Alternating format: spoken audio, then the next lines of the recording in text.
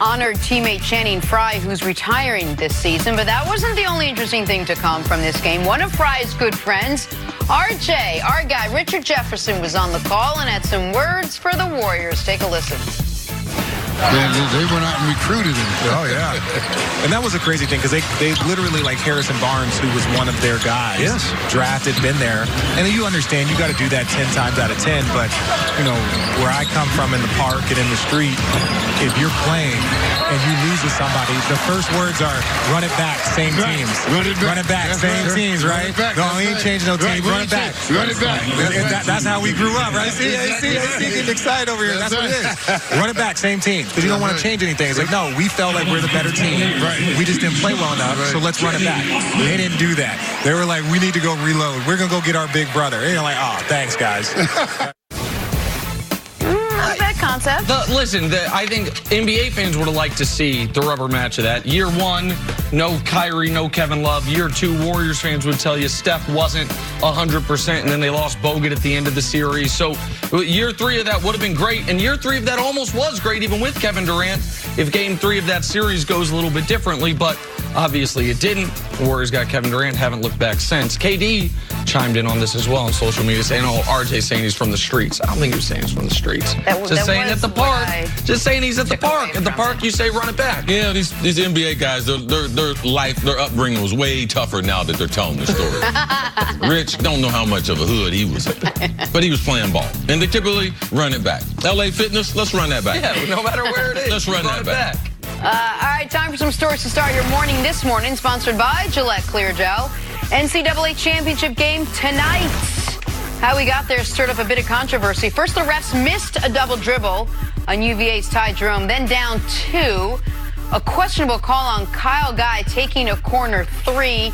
Goes to the line, hits not one, not two, but all three free throws. Clutch. See, what'd you make of the ending of this game? Man, it was a tough ending. And it's more heartbreaking because it's college than professional. A lot of these guys, this is their last game, last chance, last opportunity for that Auburn team.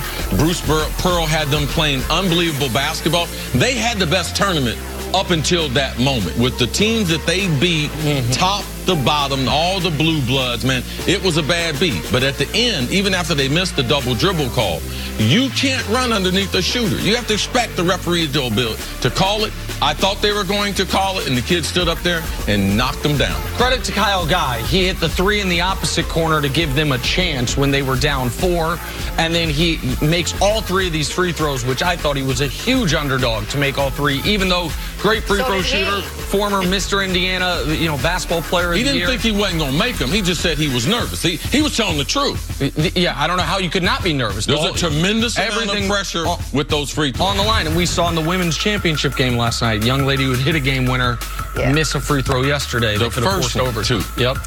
To the NBA now, the Warriors clinched the 1 seed last night with a win over the Clippers. They have won at least 56 games each of the last 5 years. Nick, what does this mean for their title defense? Listen, they got the 1 seed in the West, which was up in the air at times this year with Denver surging. They really iced that a week and a half ago when they waxed Denver in Oracle. This was a nice moment for Oracle fans. Final regular season game they'll ever be able to see. They wore the throwback jerseys, but for their title defense, they're going to go into the playoffs fully healthy. That's really all they cared about. They'd have taken the 6 seed with health rather than the 1 seed with some injuries, but they got them both. They got the 1 seed and they got the health. And if you tell me in the preseason, okay, Golden State's going to be the number 1 seed, there's going to be a team in the NBA win 60 games. They're like, okay, well, they got the number 1 seed. They won 60 games. Well, they got the number 1 seed in the West. Milwaukee wins 60 games. There's no way anybody would have predicted any other team in the NBA win 60 games this year. So the Warriors had a very good season.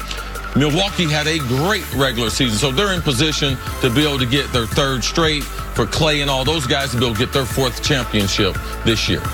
All right, Paul Pierce set the basketball world abuzz over the weekend by saying he had a better career than Dwayne Wade. That despite Wade having more titles, more All-Star selections, more All-Defensive honors, and more All-NBA selections.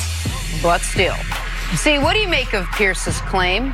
Well, I'm not surprised by it. I mean, every day of the week, I watch people on TV say dumb stuff. It's just not typically professional athletes. Now, all respect to professional athletes. Every guy I know, he thinks he's better than what he really is, myself included. All of us, we think we're better than what we are. Our highlights are so much sweeter now. The way we play the game is so much better now. So Paul Pierce has kind of been in this thing where he's trying to gain credibility and he's on TV. So I'm not shocked at all that he said something idiotic. Idiotic is the right word. The tough one for Pierce is, if they were talking about like all-time Celtics, and he said, you know what, I think I was better than John Havlicek, even though he's got a half dozen plus titles. Those guys played in different eras. There's no real way to prove it. Paul Pierce and D-Wade played in the same era. And in that era, D-Wade had 7 years as a top 10 player. Paul Pierce maybe had one the year after they won their one and only title. Nobody believes this. Not even Paul Pierce's family believes this, except for Paul Pierce, who clearly, truly believes it, because he wanted it on the television show to show everybody. All right, moving on. Let's talk Russell Westbrook. You know, there was a time not long ago we lauded the idea of averaging a triple-double for the season, and then Russ did it, and did it again. He's now averaged a triple-double for the 3rd year in a row. Nick, is Russ underappreciated in the NBA? Yeah, I think that he won that MVP, and a lot of people thought it should have gone to Harden, should have gone to LeBron, that he was getting credit for these big round numbers when it wasn't translating to winning. And now there has been an overreaction to that, where now we discount the triple-double entirely. Now we discount the fact that when he has a triple-double, his team wins more than 70% of the time. We discount the fact that in the era of load management and guys taking games or plays off, he brings it every single night. And even in a faster-paced NBA and even in an inflated numbers NBA, nobody's coming close to doing what he's doing. There have only been 3 guys to put up triple nines. Forget triple doubles, 999 in NBA history. Oscar, Russ, and Magic. There have only been 4 guys to have multiple seasons of triple eights in NBA history.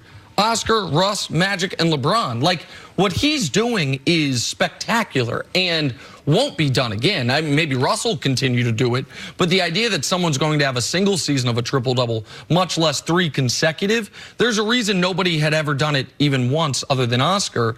I don't think even in this NBA it's duplicatable or duplicable, and I think we've become numb to it because he's done it so often and done it at such a high level. Yeah, people have become numb to it. I think that also, and I don't know why, but I think that because, Nick, you're into numbers, people aren't into the numbers as much now as they used to be for some reason. Maybe because they've seen it recently. But if we look at the last 5 years in the NBA, Harden had several seasons. We just said, man, forget the numbers. Forget what he has meant to the history of basketball. Forget it. And then Russ had the triple-double. Then he was able to win an MVP. So I think that people in general are not consumed by the numbers, that they become a little bit, the numbers don't mean as much. I don't know what it means, but it's obvious because that's what we're getting. And then there's another part to the popularity of a player is, how much do I like a guy? How much do I like watching him play? How much do I like his demeanor on the court or on the field? That has a lot to do with your approval rating to other players. Most of the great players, they have a high approval rating. People like them. People like watching them play. You can't say that about Russ. He has a style that you either have to like that style or you're like, I don't want my point guard to play that way. And I think in this era of the NBA where we've had LeBron, KD, Steph, there could be a number of guys. Harden is underappreciated. Right. And I don't think it's because people don't like James Harden. They don't like his style. So I think that Russ, he's very, very polarizing as far as his personality. His interviews after games and before the games can be a little intense for people. So that I think that his numbers, people look at, I don't want to give him credit because I don't like the person that I think Russell Westbrook is. We talked fair or unfair? Fair or unfair, sure. And we talked about the fact that you think that he'd be better liked if they started winning more. Right now, the Thunder's squarely in 6th place. Do you think they can hold on to that? Is that a good place, or you like to see him stay in the West? I think that their ideal spot is actually the 7th spot. I think their ideal spot is Denver in the first round. 6th spot, you probably play Houston. What they really want to avoid is the 8th spot, which they could get. I mean, you're right, they're in the 6th seed, but they're a half game up on the 8th seed. And so that would be a disaster for them. That would be a guaranteed one and done in the postseason again. And the one and done is a big thing, because if you look at Russ finishing his 3rd straight season with a triple-double average, he could be one and done in the playoffs 2 out of those 3 years.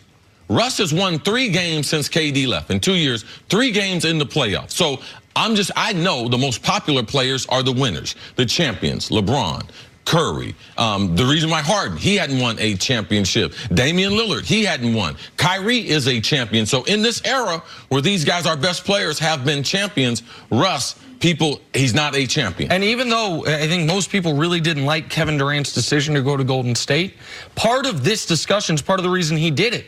KD and Russ had the exact same winner profile until KD left. They had both been to a finals together. They had been up 3-1 in the Western Conference Finals and blew it. KD goes to the best team we'd ever seen and becomes a minted champion, plays great in those series. Russ is left for 1 year alone, and then with Paul George, doesn't have those opportunities. There's only 4 guys in the league, though. LeBron, Kawhi, Steph, KD, who have been the guy on a championship team. It's a very short list. The younger, by the way, people will come for Giannis. If people think Giannis is the face of the league, everyone loves him, let this team get upset in the second round in Milwaukee. And a lot of this discussion, oh, is he a winner? Oh, does it translate? People will start coming to Giannis. It won't be as intense for him and Joel Embiid because people like him. People like the way they go up. People like their smile, like their interviews. Russ, they don't like him. So they are going to come for Russ, and Russ is not going to be able to win in OKC. All right. That's the stop talking part is when we go to break. Coming up, why is Antonio Brown feuding with former teammates on Twitter?